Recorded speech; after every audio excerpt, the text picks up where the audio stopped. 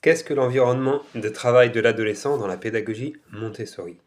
Cet environnement, on l'appelle Erdkinder, du nom allemand qui signifie les enfants à la terre.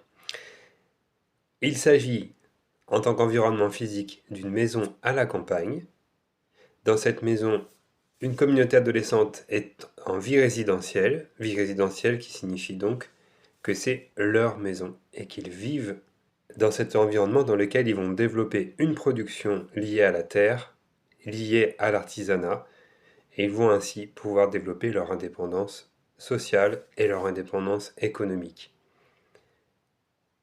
À cet environnement de maison à la campagne, Maria Montessori adjoint une boutique, une hôtellerie et un musée des machines. Dans cet environnement préparé, qui est leur maison, les adolescents vont développer une organisation sociale fondée sur la responsabilité, fondée sur le travail libre. Au centre de cette organisation se trouve le besoin de développement de chaque adolescent, le développement de sa personnalité, le développement de sa culture, l'éducation morale, l'expression de soi par le langage, par les arts, par les mathématiques, la politique, la rhétorique, les lettres et toute activité intégrant l'organisation sociale vont être au service du développement de l'adolescent.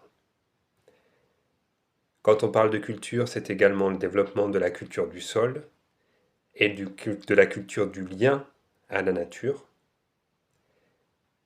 du lien à l'histoire de l'humanité et des progrès humains par les commencements de la civilisation, à savoir l'implantation des êtres humains sédentaires.